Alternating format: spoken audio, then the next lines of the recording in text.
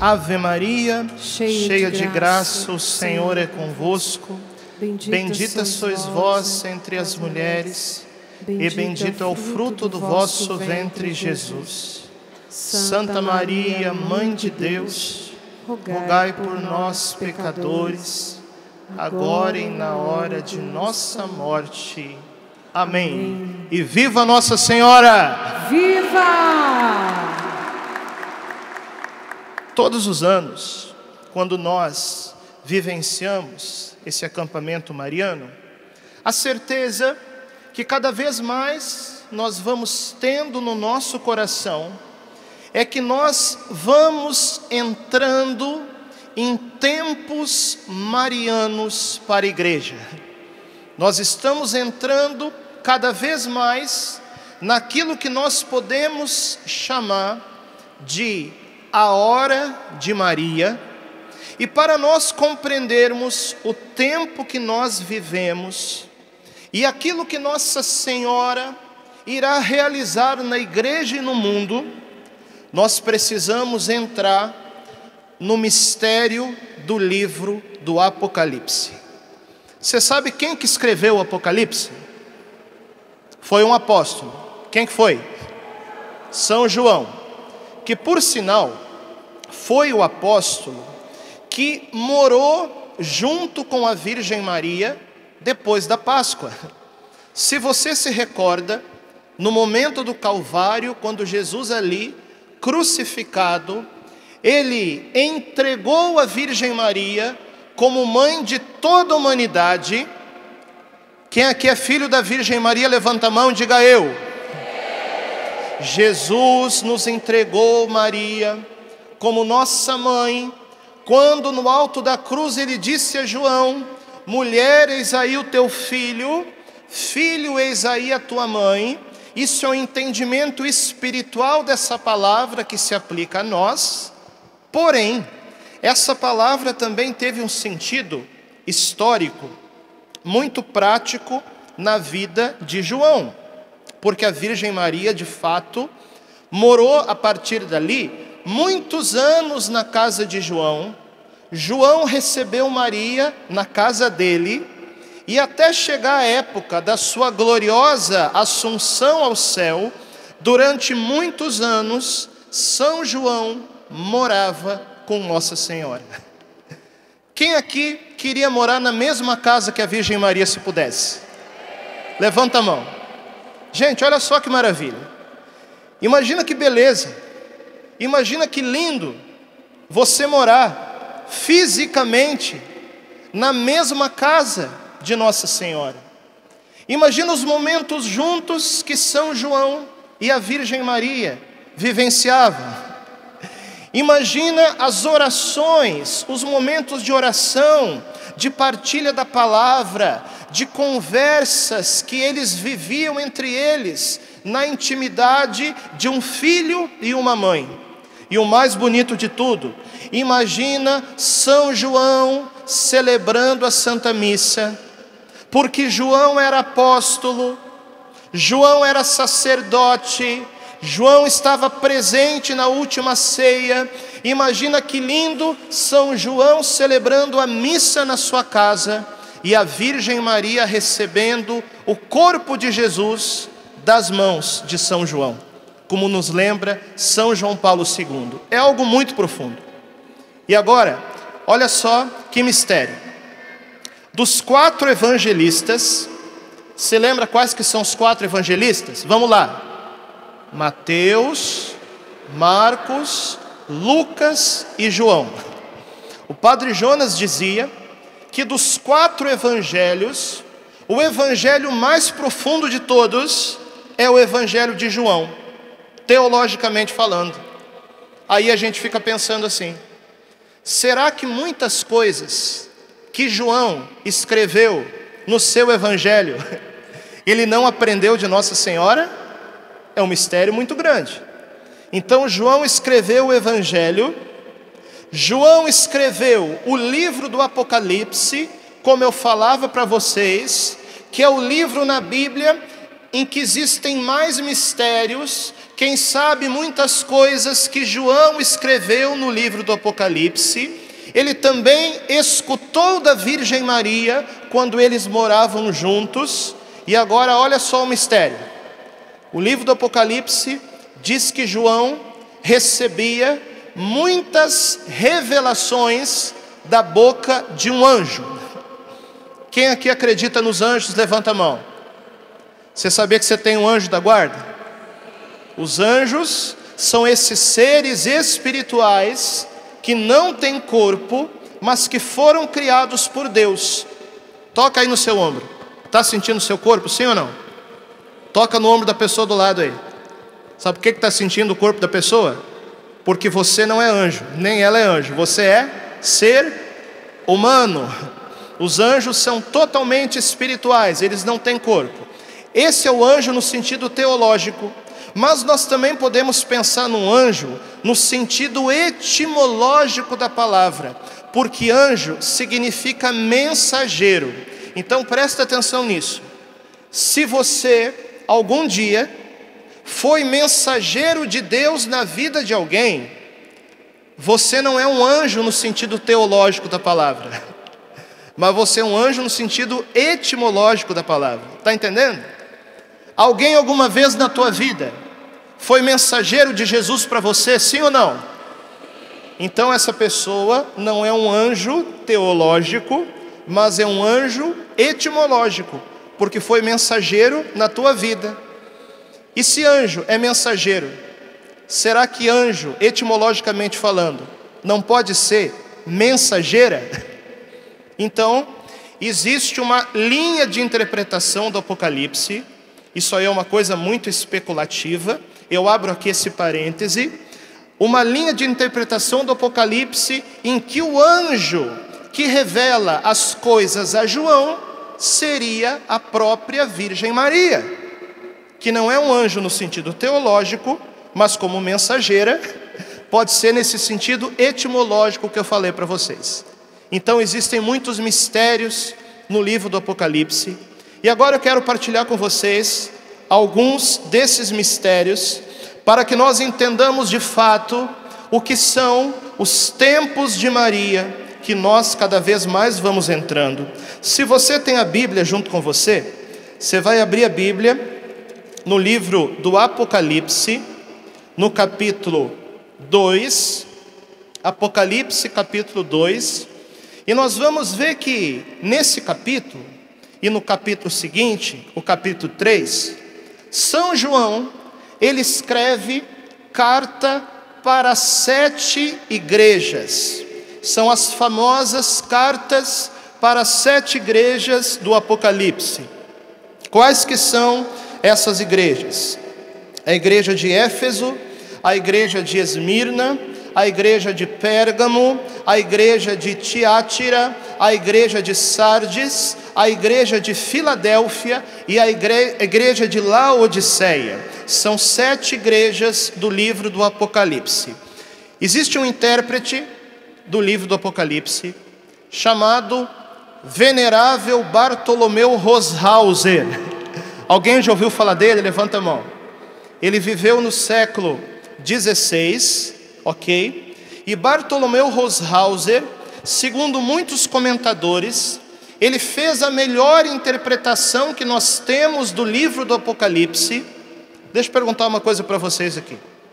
Quem de vocês, não pode mentir para o padre, hein? Vamos lá. Quem de vocês já leu o Apocalipse? Levanta a mão. Quem de vocês quer entender melhor o livro do Apocalipse? Levanta a mão. Ótimo. Então vamos à interpretação de Bartolomeu Roshauser, que segundo muitos comentadores é o melhor intérprete do livro do Apocalipse. Qual que é a grande sacada de Bartolomeu Roshauser?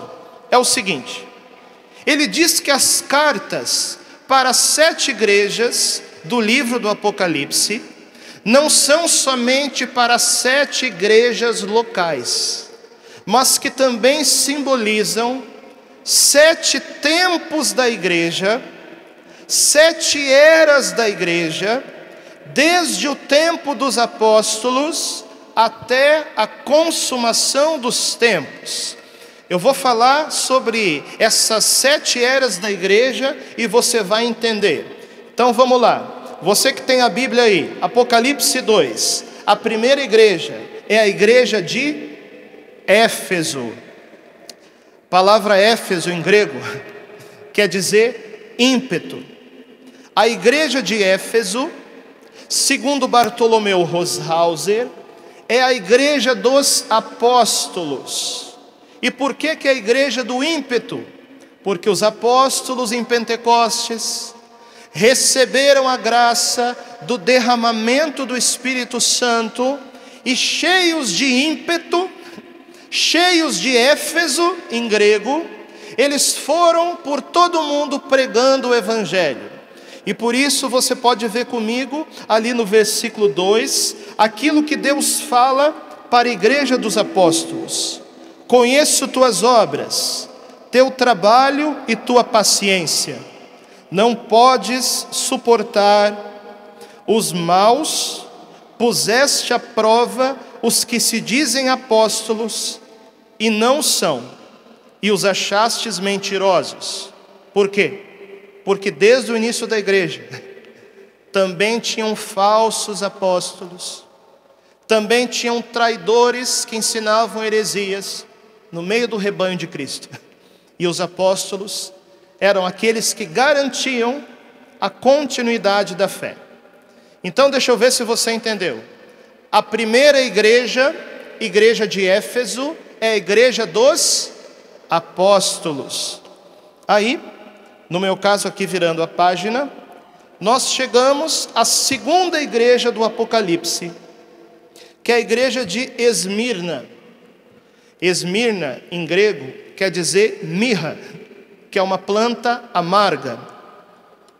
E se para Bartolomeu Roshauser, a primeira igreja é a igreja dos apóstolos, a segunda igreja é a igreja dos mártires, que historicamente foi mais ou menos ali, do ano 90 até o ano 313, quando os cristãos eram perseguidos pelo Império Romano. Então, se você era cristão naquele tempo, cuidado, você podia correr o risco de morrer. Foram os mártires. Muitos deles morreram por causa de Jesus. Então, essa segunda igreja é a igreja dos mártires, e que o próprio Deus, no versículo 13, ou melhor, no versículo 10, fala assim para essa igreja: nada temas ante ao que hás de sofrer. Por esses dias o Senhor vai lançar alguns de vós na prisão. Tereis tribulação, sê fiel até a morte, e eu te darei a coroa da vida. Você admira aqueles que deram a vida por Jesus, sim ou não? Aplaude os mártires da igreja, que não fraquejaram, mas morreram pela fé. Primeira igreja, igreja dos apóstolos. Segunda igreja, igreja dos mártires. Aí vem a terceira igreja, que é a igreja de Pérgamo. Pérgamo, em grego, significa pergaminho, livro. A igreja de Pérgamo é a igreja dos doutores, que vai ali mais ou menos do ano 313, quando diminuiu a perseguição religiosa, até o ano 800. Então, quando as perseguições foram diminuindo, a igreja podia sentar e discutir teologia. Aí esses santos doutores da igreja, muitos deles, santos padres da igreja, eles utilizaram da filosofia grega para criar as grandes sentenças teológicas. Presta atenção, eles não criaram verdades, eles colocaram as verdades em fórmulas dogmáticas, está entendendo? Em linguagem. Então as grandes sentenças teológicas que nós temos sobre a Santíssima Trindade, sobre a pessoa de Jesus Cristo, sobre a natureza humana e divina de Jesus Cristo, foram os santos doutores da igreja dessa época da igreja de Pérgamo que formularam. Inclusive, aqui no versículo 13, Deus fala assim para essa igreja de Pérgamo: tu te apegas firmemente ao meu nome e não renegastes a minha fé. Esses doutores confessaram a fé até o fim. Deixa eu ver se você está entendendo. Primeira igreja, igreja dos apóstolos. Segunda igreja, igreja dos mártires. Terceira igreja, igreja dos doutores. Aí nós vamos à quarta igreja. Qual que é o nome da quarta igreja? É a igreja de Tiátira, que quer dizer triunfo. Segundo Bartolomeu Roshauser, essa igreja de Tiátira começou mais ou menos no ano 800, quando começou a Idade Média, e foi mais ou menos até o ano de 1500. É a igreja mais longa de todas. E por que nós estamos falando de triunfo na Idade Média? Porque a Idade Média, ela foi um triunfo relativo da fé da igreja. Por que eu estou falando aqui de triunfo relativo? Porque é o seguinte: na Idade Média, o povo tinha fé? Sim ou não? Tinha. Na Idade Média, o povo era profundamente religioso? Sim ou não? Era. Mas a Idade Média era perfeita? É claro que não. Teve muita coisa errada também. Está entendendo? Por isso foi um triunfo relativo, bem relativo, da fé no mundo, ok? Em que a sociedade era uma sociedade, ao menos teoricamente, evangelizada, que tinha valores. Ah, padre, mas o senhor disse que houve coisas erradas. Sim, como dizia São João Paulo II, houveram também sombras na Idade Média, mas as luzes foram muito maiores do que as sombras, porque nós tínhamos ali pessoas que tinham fé, que acreditavam, que queriam viver essa fé. E por isso mesmo, a essa igreja da Idade Média, que é a quarta igreja, segundo Bartolomeu Roshauser, nós vemos ali no versículo 19 que diz assim: conheço tuas obras, teu amor, tua fidelidade, tua generosidade, tua paciência e persistência, e as tuas últimas obras que excedem as primeiras. Quantos santos Deus suscitou na Idade Média? E aqui, dizendo que as últimas obras excedem as primeiras, talvez signifique que houveram na Idade Média alguns santos ainda mais santos do que muitos no início da igreja. Quantas pessoas Deus santificou na igreja medieval? Essa é a quarta igreja, igreja medieval. Vamos lá. Primeira igreja, igreja dos apóstolos. Segunda igreja, igreja dos mártires. Terceira igreja, igreja dos doutores. Quarta igreja, igreja medieval. E agora vamos para a quinta igreja. Sabe qual que é a quinta igreja? É a que nós estamos. Que Bartolomeu Roshauser chama de igreja das revoluções. Eu vou explicar para você. E essa quinta igreja, que o Apocalipse chama de igreja de Sardes, você sabe o que quer dizer a palavra Sardes em grego? Paralisada. A igreja das revoluções é uma igreja de alguma forma que está paralisada, porque foi profundamente ferida pelas revoluções. Que revoluções são essas? Aquelas que vieram a partir do século XVI. Vieram muitas revoluções a partir do século XVI, que dividiram os cristãos. Veio a Revolução Protestante, veio a Revolução Francesa, que tirou Deus da vida pública. Veio a Revolução Comunista, que matou mais de 100 milhões de pessoas. E está havendo hoje aquilo que para muitos estudiosos católicos seria uma quarta revolução, que nós podemos chamar aqui de revolução globalista, em que vai se implantando no mundo um sistema globalista, um sistema anticrístico, que aos poucos vai deixando os cristãos fora do sistema.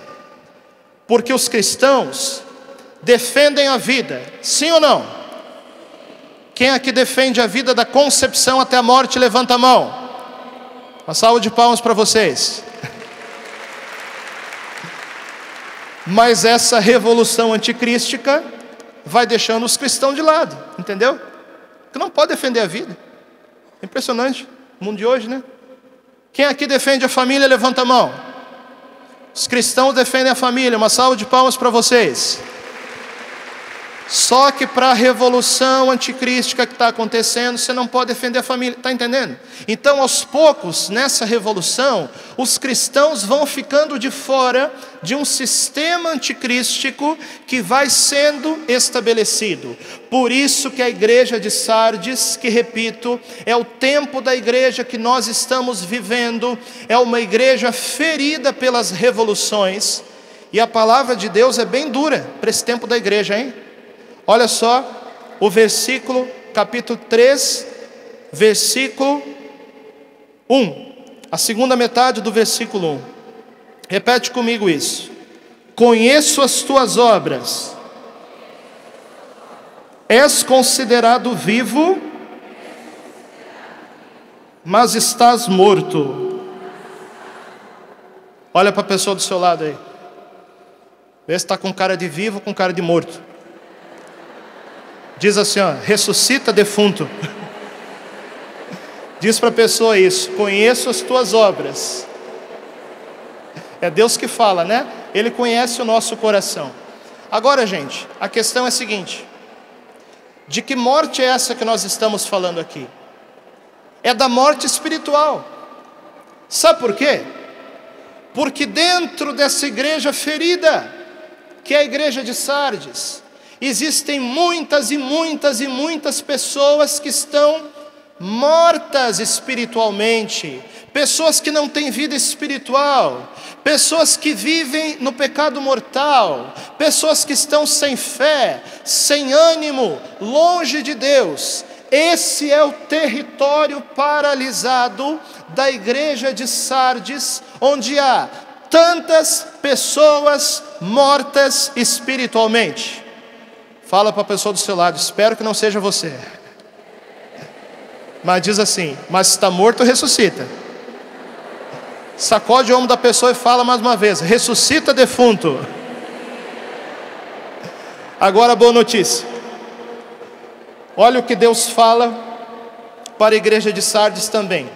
Ele diz assim, todavia, versículo 4, tens em Sardes algumas pessoas que não contaminaram suas vestes, andarão comigo vestidas de branco, porque o merecem. Sabe o que Deus está dizendo aqui? No meio do território paralisado da igreja de Sardes, enquanto muitos estão mortos espiritualmente, também existem pessoas que andam vestidas de branco. O que são essas vestes brancas? É o estado de graça daqueles que mesmo dentro de um território ferido, têm a coragem de caminhar com o Senhor. A pergunta é, quem somos nós na igreja de Sardes? Será que nós fazemos parte do grupo dos mortos espiritualmente? Ou será que nós fazemos parte daqueles que querem andar de branco porque se decidiram em ser do Senhor? Pergunta para a pessoa do lado, de qual grupo você vai fazer parte? Pode responder para a pessoa do lado. Se é do grupo da morte espiritual ou do grupo da vida? Agora outra boa notícia. Esse grupo que vive em estado de graça, mesmo em meio ao caos, espiritualmente falando, né? porque espiritualmente falando o mundo está em caos. Essas pessoas que andam na graça de Deus serão os canais de graça para a próxima época da igreja, para o próximo tempo da igreja, que ainda não veio, mas virá. Eu estou falando aqui da sexta época da igreja, que é a igreja de Filadélfia. E se Sardes quer dizer igreja paralisada, Filadélfia quer dizer igreja reconciliada. A boa notícia, enquanto nós estamos vivendo no tempo de uma igreja ferida e paralisada, o próximo tempo da igreja será algo maravilhoso, porque segundo Bartolomeu Roshauser, a igreja de Filadélfia, o próximo tempo da igreja, a igreja que já está vindo, será uma igreja maravilhosa, porque será uma igreja marcada pelo avivamento cristão, que já está começando dentro do coração de muitos. A igreja de Filadélfia é a igreja que virá. Repito, será uma igreja linda. E olha só o que Deus fala aqui para essa igreja. Primeiro, entende a profundidade dessa palavra. Filadélfia quer dizer reconciliação. Enquanto na igreja de Sardes os cristãos estão divididos, você está percebendo como hoje tem cristão dividido, sim ou não? E cristão dividido até dentro da igreja, né?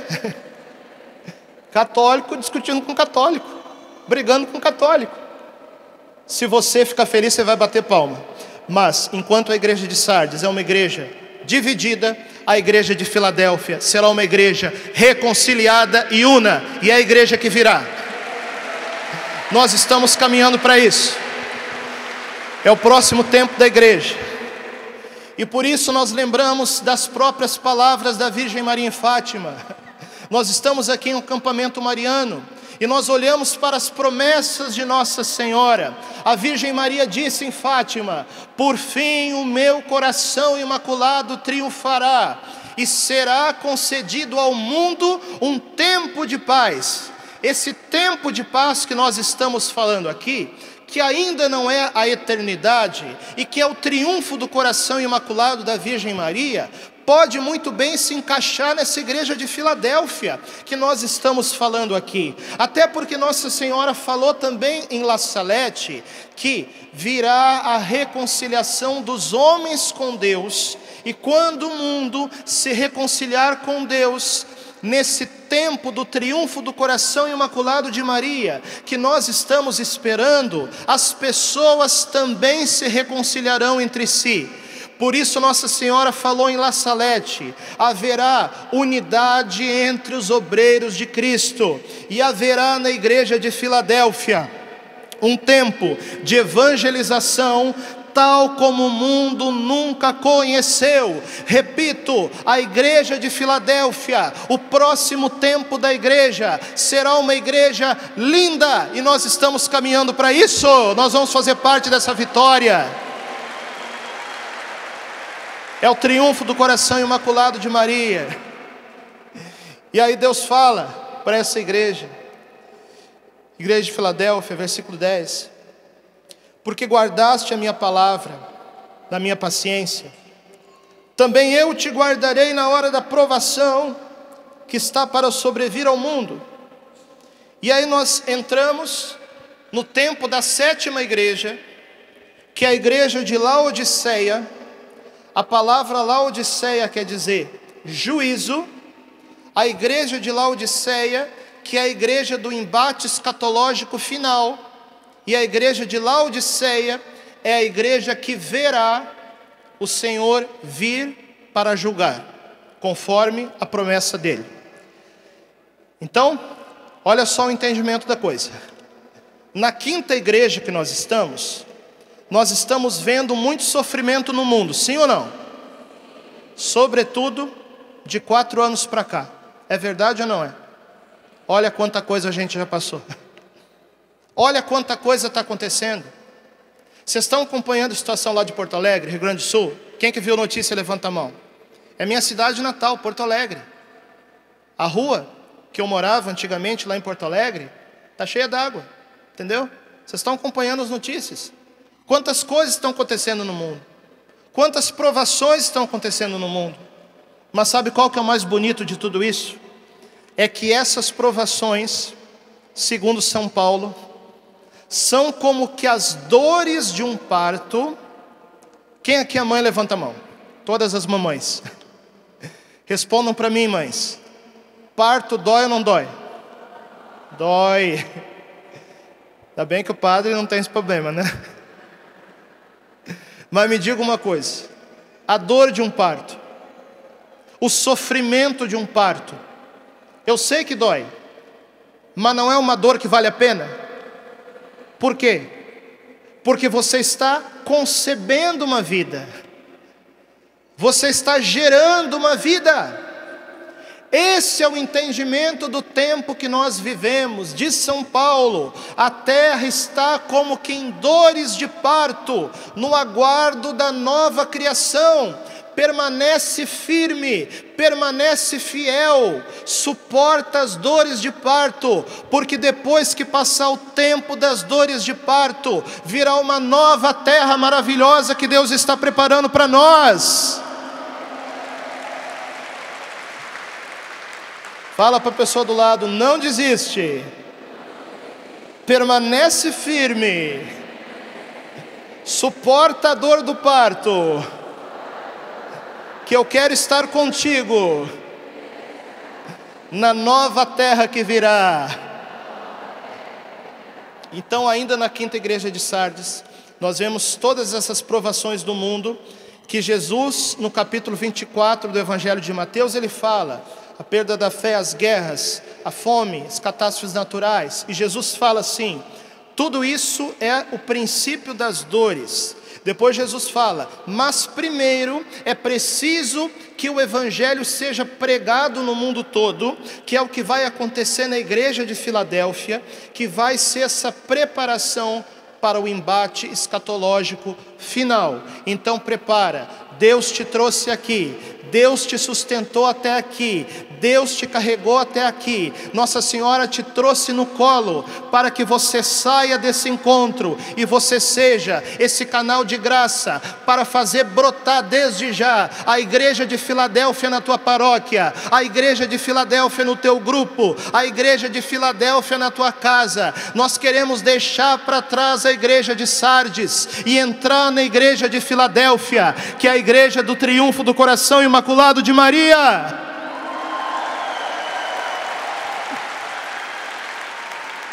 Olha para a cara da pessoa do lado mais uma vez aí. Me diz se está com cara de Sardes ou com cara de Filadélfia. Dá uma sacudida na pessoa e fala: sai de Sardes, entra em Filadélfia, entra no triunfo do coração imaculado de Maria. Gente, eu vou dar mais algumas boas notícias para vocês aqui. Querem mais boa notícia, sim ou não? Vamos lá. Sabe por que eu estou falando isso? Porque muitas vezes quando o povo fala nas mensagens, nas profecias de Nossa Senhora, você vai abrir lá na internet, você só vê coisa ruim, né? Tem muita gente levando as coisas para o lado do sensacionalismo e tirando a grande maravilha das promessas de Nossa Senhora para nós. Olha só, a Virgem Maria falou em Medjugorje o seguinte, a uma das videntes, a Vidska. Nossa Senhora falou que em todo esse período de provações que nós estamos vivendo, Nossa Senhora disse em Medjugorje: o pior não acontecerá no Brasil.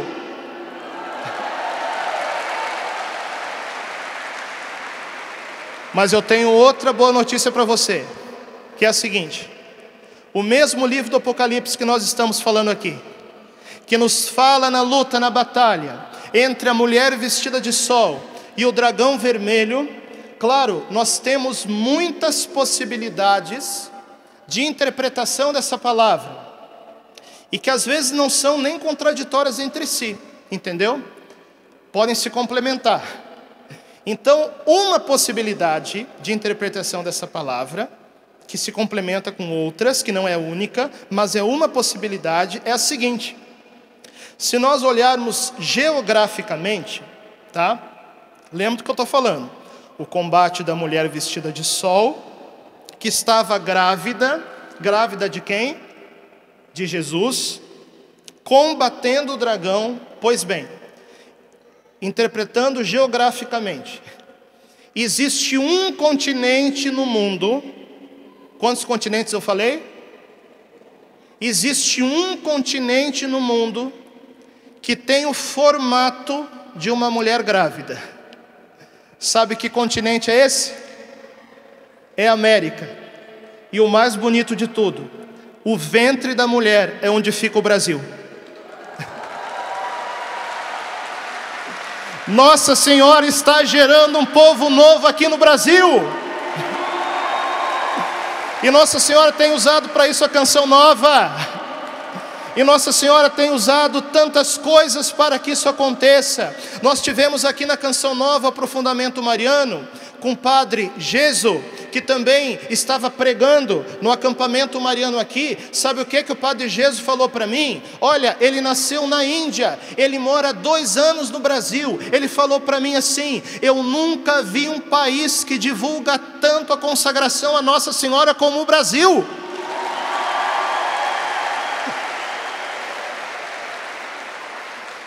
Nós estamos sendo gerados no Brasil como um povo novo. O Padre Robert de Grandes, quem que lembra dele aqui? Veio várias vezes aqui na Canção Nova. Ele falou que nunca viu um país em que o Espírito Santo é tão derramado como aqui no Brasil. Falou.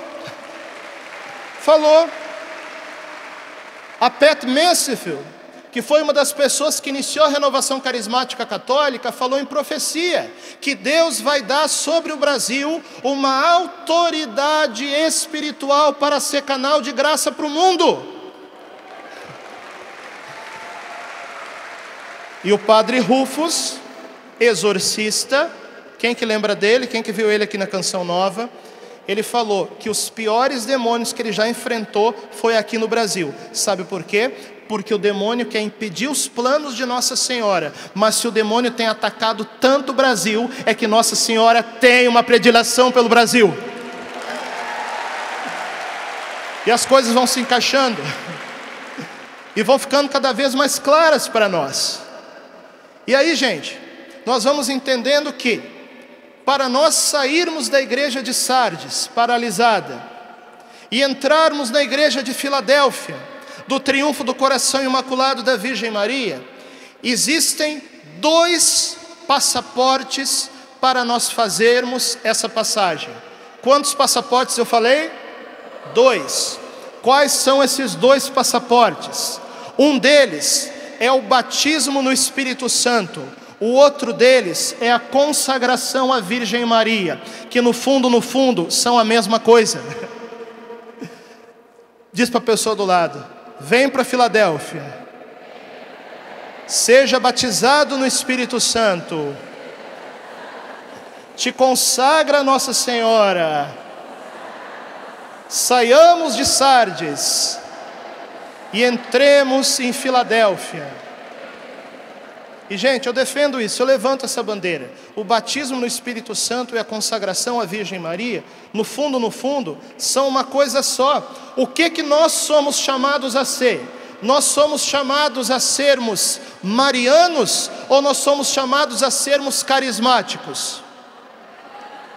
Somos chamados a ser católicos. E o católico é mariano e é carismático. Não separa o esposo da esposa.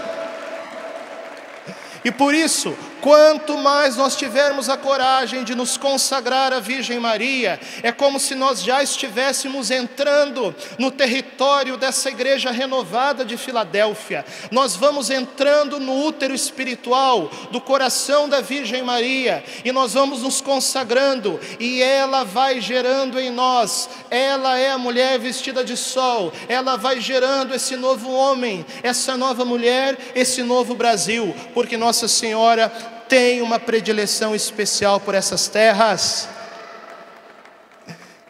E por isso, pode aplaudir. Não precisa ter medo não, a senhora fica feliz com o teu aplauso. porque ela vê alegria pela obra dela, por aquilo que ela está fazendo. E por isso, gente, nós precisamos caminhar para nos consagrar ao coração imaculado da Virgem Maria. Priscila, vem aqui um pouquinho. Gente, eu estou aqui, que ao meu lado, uma das pessoas que todo ano eu faço passar vergonha aqui, né? Que mais aparece no acampamento mariano, que é a Priscila. Essa imagem de Nossa Senhora dentro da Canção Nova. Vamos dar uma salva de palmas para ela. E eu aqui, junto com a Priscila, a gente quer convidar você para vir logo para a igreja de Filadélfia, né? A gente quer convidar você a entrar conosco numa campanha nacional de consagração a Jesus pelas mãos de Maria, através do Tratado da Verdadeira Devoção, que se chama 31 Dias com Maria, para se consagrar ou renovar a sua consagração no dia 31 de maio. Eu sei que já começou, mas como ainda está no comecinho, ainda pode entrar, Priscila. Fala um pouquinho para nós aí dessa campanha. Então, desde o ano passado, o Padre Francisco me fez esse convite. Na verdade, ele me instigou, a pensar sobre isso. E aí eu fui gestando isso durante do acampamento mariano do ano passado até, agora, mês de maio. E no dia 1 de maio, 1º de maio, nós começamos os 31 dias com Maria, que esse ano será a preparação para a consagração a Jesus pelas mãos da Santíssima Virgem, pelo método de São Luís Maria, Grignon de Montfort. Então nós estamos aqui para te fazer esse convite. Essa consagração, ela vai nos ajudar a ir de forma mais rápida para Filadélfia. Quem quer ir para Filadélfia aqui? Eu quero. Mais cedo nós escutávamos sobre estar na escola de Maria. Quem quer estar matriculado nessa escola? Eu quero. Então nós lançamos para você esse convite. Nós preparamos um material para nos ajudar a viver esses 31 dias. Então tem um itinerário, que eu preparei, junto do tratado. Nós vamos ir junto com o livro do Padre Francisco, Sou Todo Teu Maria. Nós vamos nos preparar, até mais do que nos preparar, nós vamos degustar, nós vamos vivenciar, nós vamos pedir a graça ao Espírito Santo de ler o tratado e fazer a experiência, tentar tocar um pouquinho do sentimento que estava no coração de São Luís, para que nós também possamos amar Maria, estar com Maria, assim como diz no livro, no tratado, que nós possamos estar em Maria, com Maria, por Maria, para Maria, para que nós possamos ser em Jesus, com Jesus, por Jesus e para Jesus. Então, se você também quer fazer essa experiência, quer se preparar para ser todo de Jesus, pelas mãos da nossa Mãe do Céu, pelas mãos da Santíssima Virgem, então acessa aí, lá no Instagram, @PriscilaPaisCN, ou no Instagram do Padre Francisco Amaral, e lá na bio tem o link para que vocês possam entrar no grupo do WhatsApp. E ali você vai entrar nesse grupo e vai ter todas as informações, tá bom? Eu saindo da missa, eu vou estar já lá no grupo para a gente poder fazer, passar todas as informações. Então, não perca tempo, não deixe para amanhã. O Padre Francisco também está lançando o livro dele, A Hora de Maria. Maria tem pressa. Maria, ela quer trazer todos os filhos para perto, Ela está apressada, ela quer nos trazer. Eu falava esses dias, conversando com alguém que eu não me lembro, que é assim, Jesus, ele respeita, ele fica à porta. Se eu abrir, ele vai entrar. Mas mãe é mãe, gente? Quando a mãe vê que o filho está atrasado, ela não vai lá, não pega na mão e não vem, você está atrasado, vem, não é assim, mãe? Então, Maria está fazendo isso com a gente. A nossa mamãe, a nossa Mãe do Céu, ela tem feito isso conosco. Ela tem vindo, pegado na nossa mão e nos puxado. Vem, está na hora. Então, nós estamos na hora de Maria e você é convidado também a viver essa hora na sua vida. A Hora de Maria, Priscila, que é a igreja de Filadélfia. Tudo vai ficando claro, né? E olha, deixa eu contar para vocês aqui, quem deu o nome A Hora de Maria foi a Priscila, tá? Foi inspiração da mamãe. Então, retomando aqui, quem quiser entrar na nossa campanha de consagração, entra no meu Instagram, Padre Francisco Amaral, ou entra no Instagram @PriscilaPaicene, que na nossa bio e também nos nossos stories tem o link para você entrar no grupo de WhatsApp. Muita gente está nos acompanhando aqui, muita gente pela televisão, muita gente vai assistir ainda de hoje para amanhã a gravação. Então até segunda a gente deixa aberto o link para quem quiser entrar, tá bom? Vem com a gente, vamos para Filadélfia. Quero chamar aqui também a Sara Sabará. Porque a questão é a seguinte, gente. Nós temos que consagrar toda a nossa família a Nossa Senhora, sim ou não? E as crianças vão ficar de fora? Quem aqui conhece a Sara Sabará, levanta a mão. Canção Nova Kids, uma salva de palmas para ela. Boa tarde, gente. A questão é a seguinte: quando Nossa Senhora aparece no mundo, nas suas aparições, quem que ela geralmente procura? As crianças. Lourdes, La Salete, tantas outras, Fátima, os pastorinhos, né? Medjugorje, Nossa Senhora procura as crianças. Então, por que não nós consagrarmos também as crianças ao coração imaculado da Virgem Maria, pelo método de São Luís de Montfort? Eu e a Sara, lá no começo, né, da crise sanitária, 4 anos atrás, a gente teve uma inspiração, gestamos juntos esse sonho durante alguns anos para ficasse bem produzido.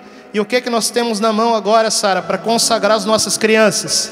Graças a Deus, nós conseguimos finalizar esse tratado da verdadeira devoção à Santíssima Virgem para as crianças.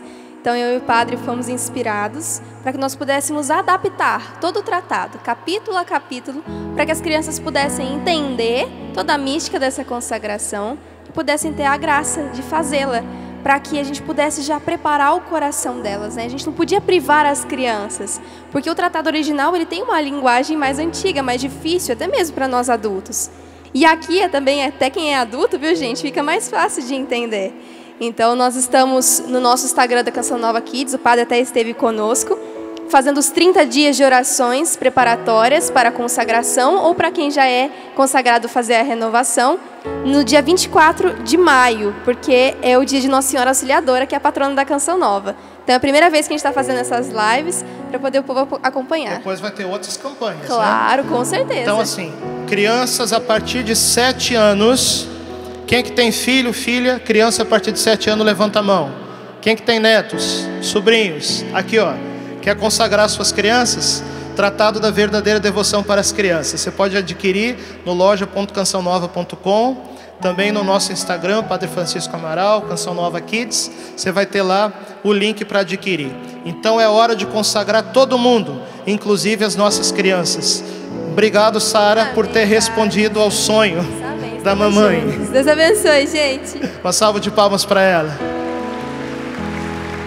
E eu quero terminar, gente, esse momento de pregação lendo algumas palavras que eu escrevi aqui no terceiro livro que eu escrevi, que nós publicamos pela Canção Nova, que, como a Priscila disse, nós estamos lançando nesse acampamento mariano a Hora de Maria, que é essa igreja linda de Filadélfia que nós estamos falando aqui. Então, eu escrevi nesse livro o seguinte, presta atenção nessas palavras. Chegamos, pois, no tempo em que a Virgem Maria deve brilhar como jamais brilhou, para contrabalançar a ação do demônio em seus últimos ataques. Poucas pessoas fazem essa relação, mas a palavra brilhar é sinônimo de aparecer. O que é uma pessoa que brilha? É uma pessoa que aparece, que é notada. Não estaria aqui São Luís profetizando uma intensidade de presença inédita da Virgem Maria por meio das suas aparições?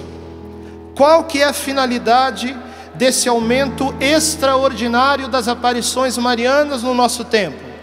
O próprio São Luís parece responder, quando comenta da missão da Virgem Maria em preparar a vinda de seu filho, pois ela é o caminho por onde Jesus veio na primeira vez, e será ainda assim quando vier na segunda, embora de forma distinta. Diz comigo isso: a Virgem Maria. Vai ficando de pé para você conseguir falar mais alto. Eu quero ouvir a voz de vocês. A Virgem Maria é o caminho pelo qual Jesus veio a primeira vez, e é também por Maria que Ele virá de novo, porque ela prepara a vinda do Filho. Erga seus braços e fala assim: a mãe prepara a vinda do Filho e a nova terra que virá. Dá uma salva de palmas se você fica feliz em sonhar conosco esse sonho do triunfo do coração imaculado de Maria e da vinda de Jesus. Amém. Canta assim com a gente. Que santidade de vida e homens devemos ser, pois se tudo no céu e na terra o Senhor chama